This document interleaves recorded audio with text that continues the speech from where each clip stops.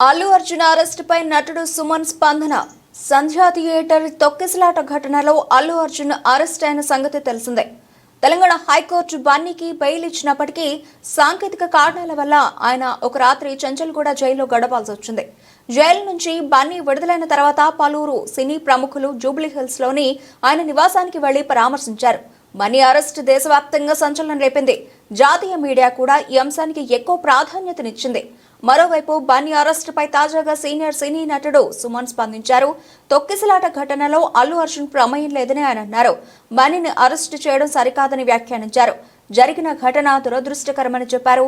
ఈ ఘటనకు థియేటర్ యాజమాన్యమే బాధ్యత తీసుకోవాలని అన్నారు.